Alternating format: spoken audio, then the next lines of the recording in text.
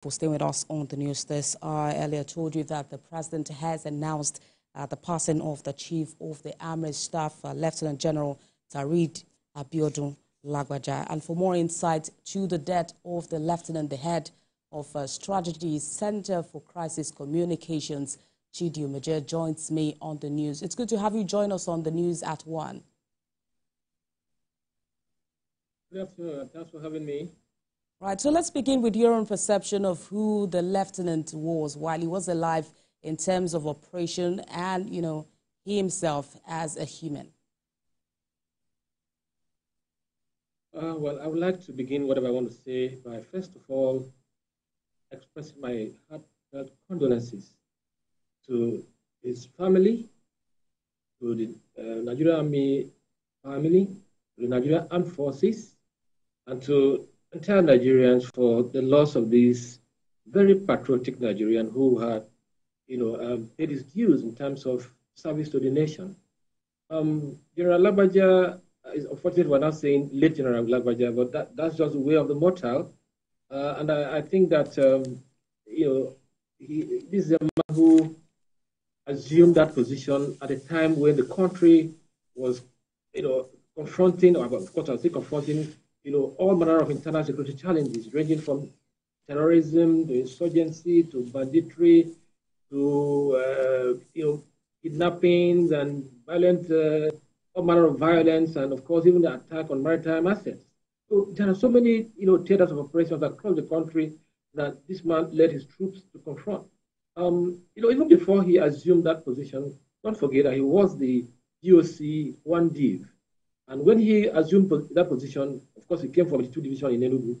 And when things became very tough in the south, in the northwest, he was drafted to 1 division in Kaduna, and he led from the front.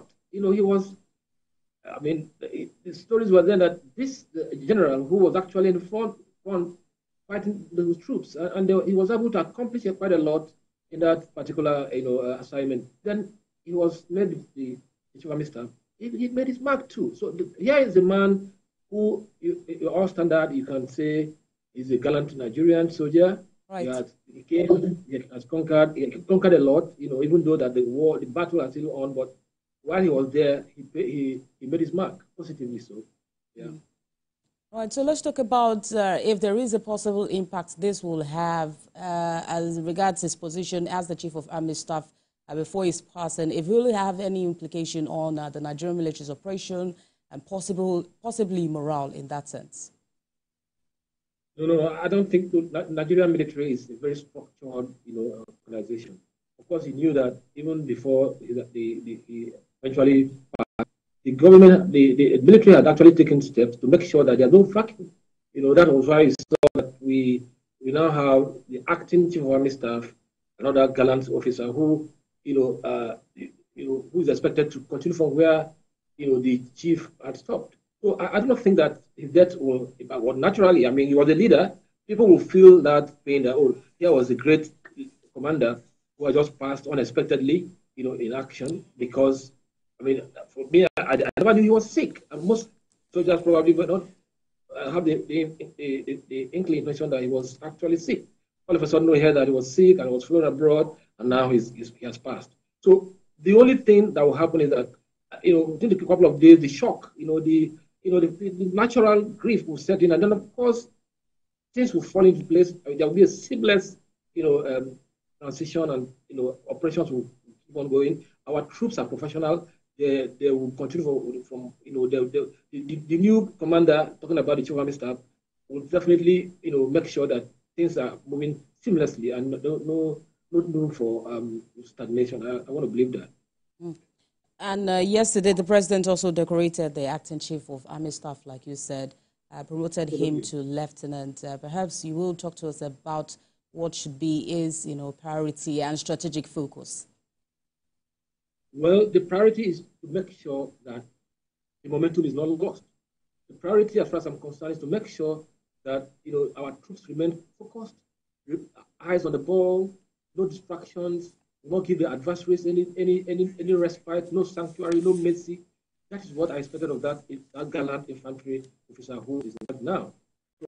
troops to continue from where Lagwaja has stopped, and I expect the Nigerian military, to continue in that trajectory of, seamless joint operations, where you see the land troops and the air troops, and of course even the naval ones are always working hand in hand with the other sister security agencies.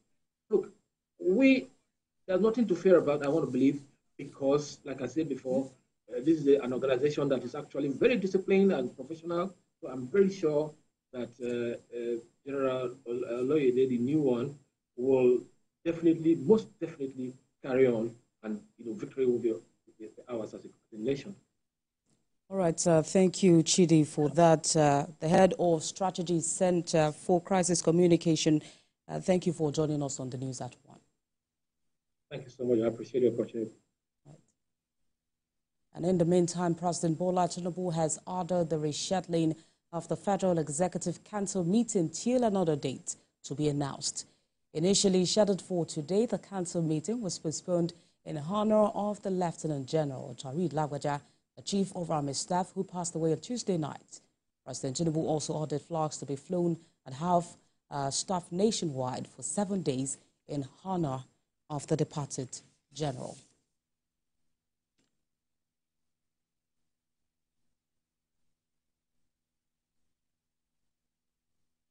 Investigation into the over $2 billion in grants for the development of renewable energy between 2015 and now. Its Committee on Renewable Energy is unhappy that heads of many of the relevant government agencies failed to appear. National Assembly correspondent Joke Adisa reports.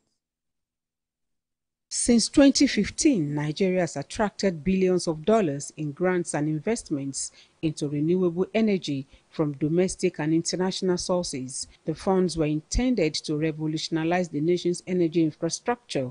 They are also to reduce Nigeria's dependency on fossil fuels and ultimately address its pressing electricity challenges.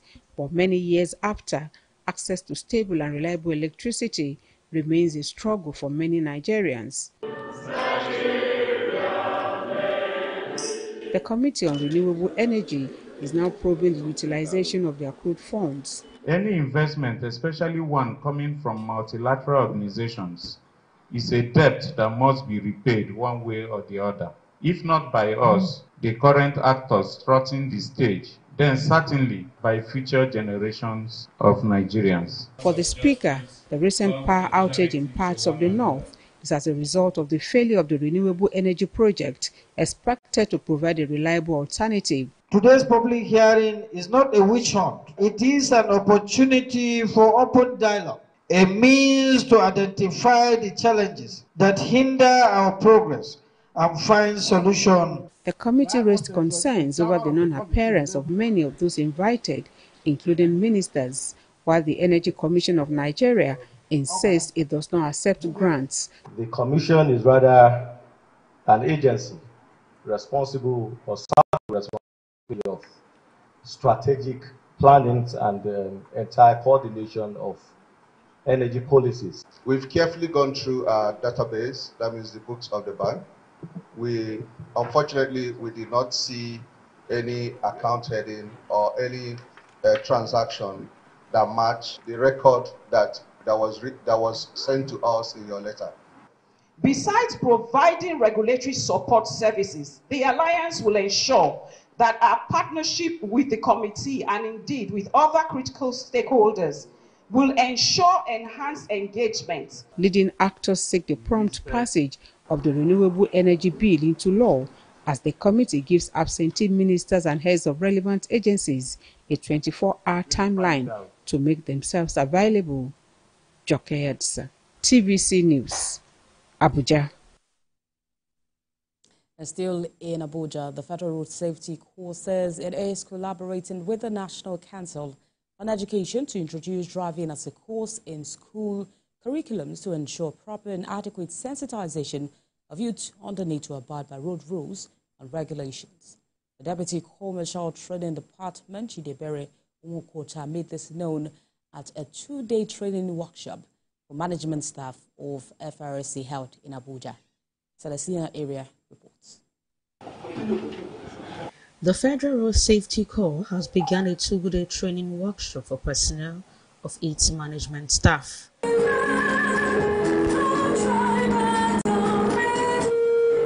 The workshop themed Retooling FRSC for Organizational Effectiveness from Policy Formulation to Strategy Implementation is aimed at reviewing the Corps' existing strategies on educational and operational fronts. We have critically looked into the existing public education strategy of the Corps and made traffic effort to introduce dynamism into it.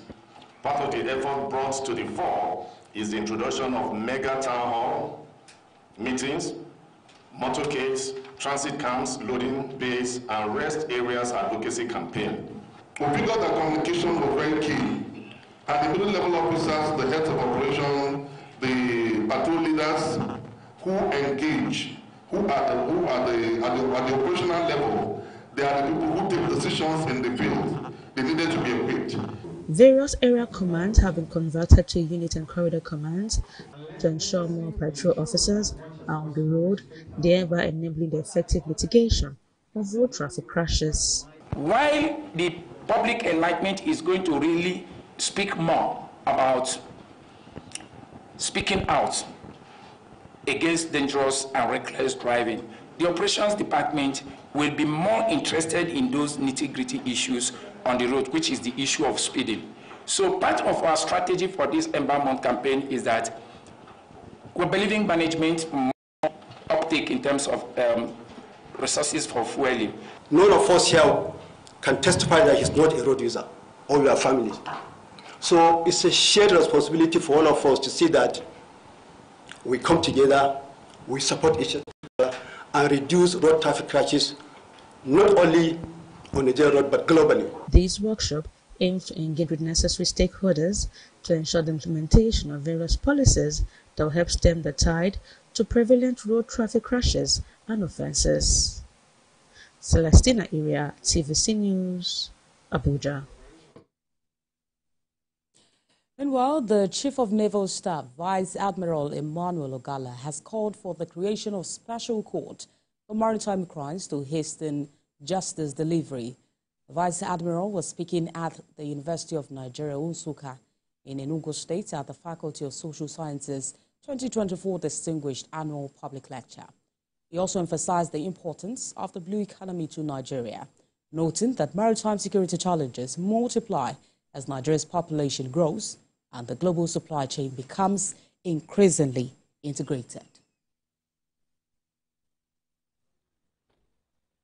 This campaign will significantly enhance community support for the Nigerian Navy with a positive impact to combat maritime crimes and contribute to the development of the blue economy. I must say here that part of what we are doing here today is that public enlightenment and campaign, because we recognize that the academia is one of the key sectors of the society that can help shape public opinion.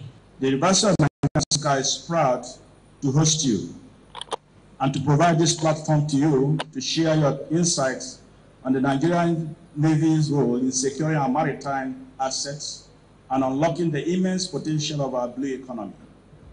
We have witnessed significant strides in the areas of maritime security, operational efficiency, asset acquisition, and strategic capacity.